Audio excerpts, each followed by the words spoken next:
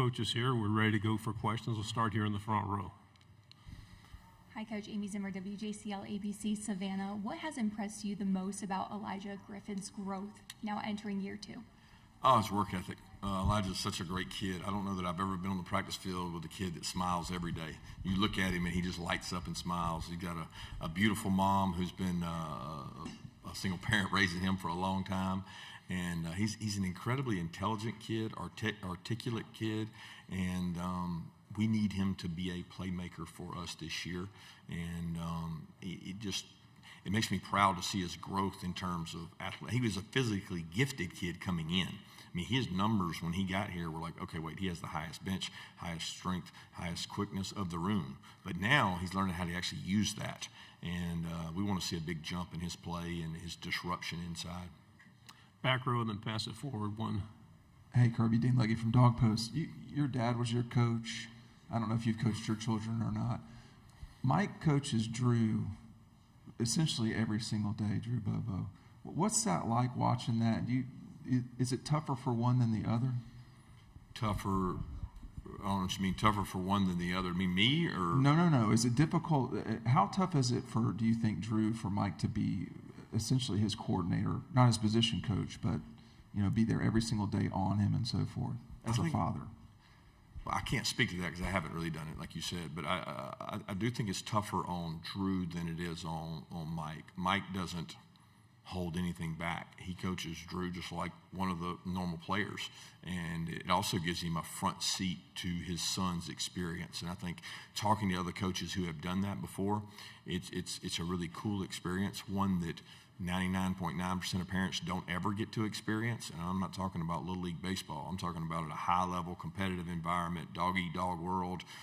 He's coaching his son, and he gets a front seat to that every day. And I think some of the things and experiences Mike has been through in terms of, being successful at Georgia, leaving, going to be a head coach himself, having some success, and then, getting let go, and he's gone from there to South Carolina to Auburn.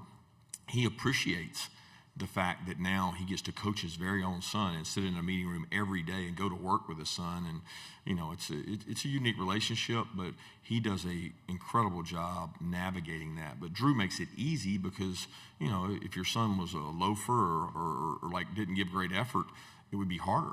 But Drew is one of our most high-effort players. Every play we have, he's downfield blocking somebody. He's bringing other players with him. He raises the standard of work ethic, which is why he's here today. Fourth row in the end. Yeah, hey, Coach. Evan Kamiko, News 9, Oklahoma City. You guys added a piece to the defense in Gentry Williams. What have you seen that he's brought to Athens from Norman? Intelligence, well coached. When you take guys from a Brent Venable defense, you know what you're getting. You're getting a guy that understands leverages, coverages, a lot of similarities to us defensively, teaching-wise, and that's shown that he's played. He's got experience. He's got play experience, and that's what we were searching for is some guys that could be competitive, compete for starting jobs, come in and help us. And, God forbid, you never know what kind of injuries you have during the year. You got to have the ability to have 6 to 7 defensive backs who've got play experience, so he's got that. Second row, then pass it to your right. Hey, Kirby, Alex Miller with the Bryan College Station Eagle. You mentioned in the other room about staff retention. I'm just curious, when you've had openings, what's just kind of been your philosophy and approach to internal promotions and just how that's played out for you guys? Yeah, we haven't had many of those, so I haven't had to deal with that much because we haven't had a lot of guys leave or take other opportunities, which I'm very fortunate for. When we do, we like to have 2 or 3 veteran coaches on our staff that may not be quote-unquote the position coach. I'm fortunate now I've got about 3 or 4 guys. I've got a really good track record of hiring from within that pool. So if you come to our place and maybe you're getting paid by another school, you'll be within 1 year or 2 years of getting hired.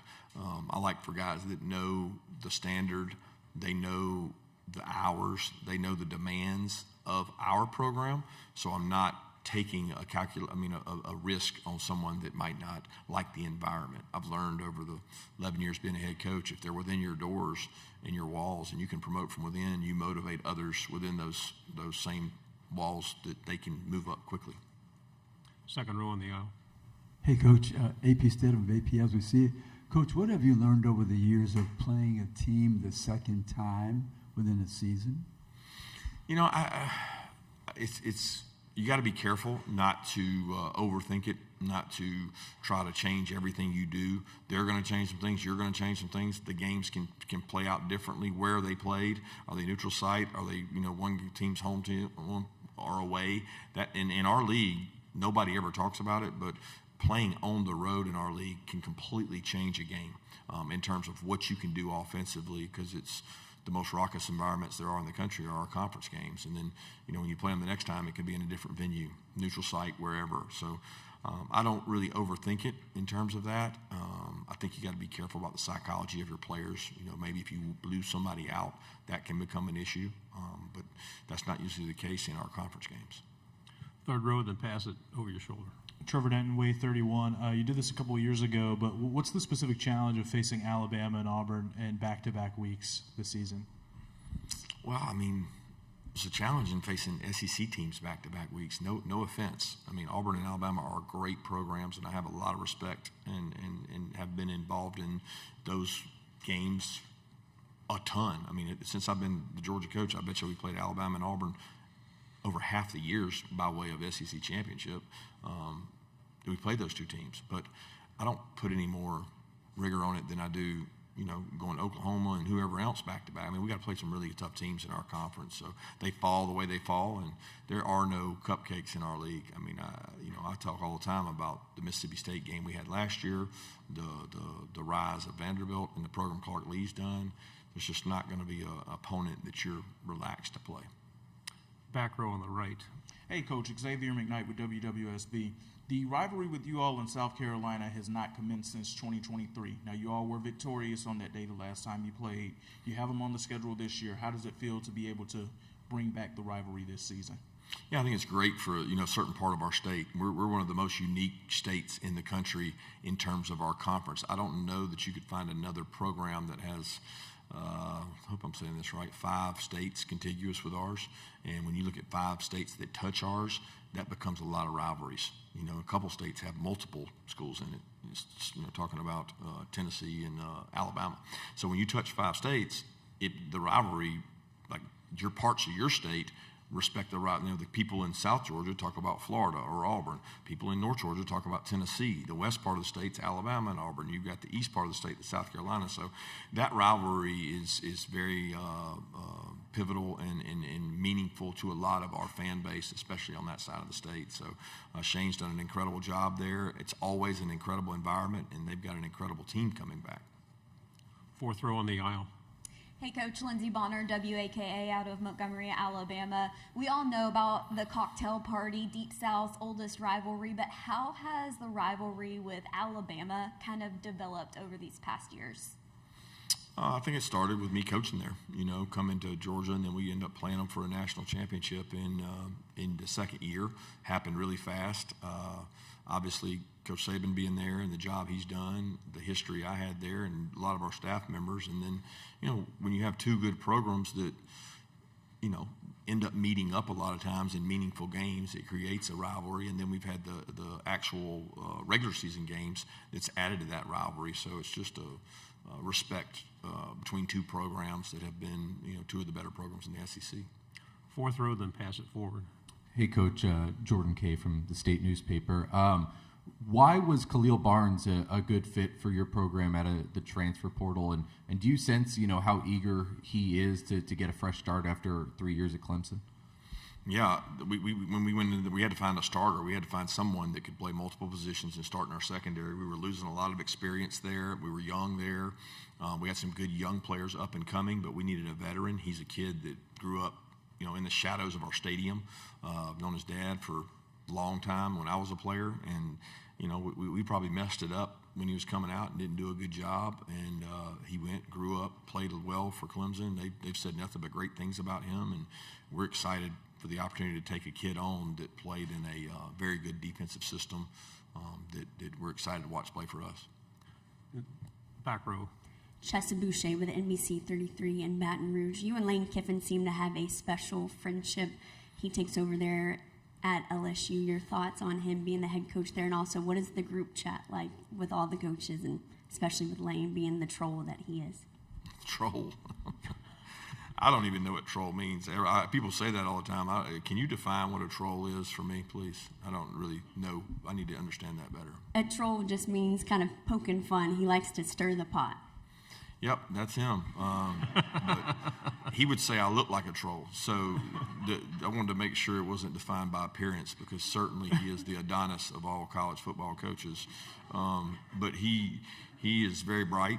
He does an incredible job of evolving with college football. He was really good at that with us at Alabama.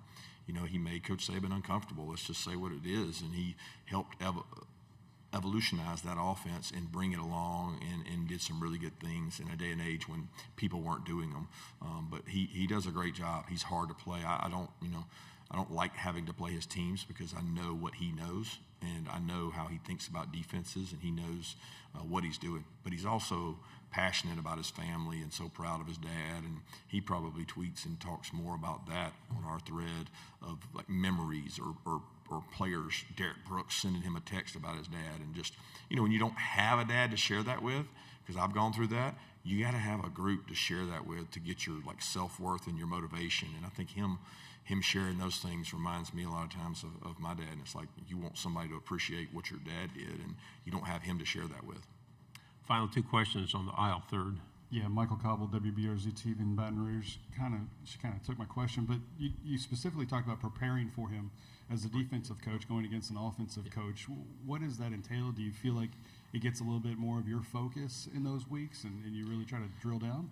Well, I would never say I give more focus to any one system or coach than another, because you can only focus so much, and that's 110% of what we have. I just have so much respect for the teams he builds. I mean, you look at what he did with Jackson Dart. I don't think people give him enough credit for that team and how good that team was. And then, to have a staff, and I don't know who gets the credit, but to put a backup quarterback in a position that may be the best quarterback in all of college football next year, and this guy was not even spoken about it this time last year. Nobody even knew who he was, and he got his opportunity by way of injury. What if he didn't? What would have happened if that didn't happen? And he can make players successful in his system just as easy as the players can make him successful. So he's done a good job of that. Finish with Barry on the third row. Yeah, Barry Trammell, Tulsa World. 2 years in, Kirby, Texas and Oklahoma in the conference. What have been the pros and the cons of the addition of those two schools to the SEC? Yeah, I can't think of any cons. I mean, you'd be telling me to say something negative about them being I might say travel. Like we knew that was inherent, that was going to come. And you look at our conference versus many others, and we're blessed to have the travel we have, right? Like going to Austin, I think at night, the year we went over there, it was like we got back at 3:30 a.m. or something. We played a night game on the road in a different time zone. That's tough, right? But outside of that, I don't know that there's cons. The pros are we're all over the state of Texas now and Oklahoma. The footprint of recruiting expanded. I think Greg would tell you that the media part was huge in terms of the coverage and having a better product to put out there. I mean, the number of games we now have on Saturdays when we line up and say, okay, you got this night slot, you got this midday slot, and now your 12 o'clock game is out-competing the other conference's best game week in and week out. We're putting a better product out there with our third and fourth game. So that's what it's created, this, like, hey, we're going to play the best teams every week, and there's going to be elite matchups for television to pick from. I don't know that we could do that without Oklahoma and Texas. Coach, thank you very much. Wish we had more time. Thank you.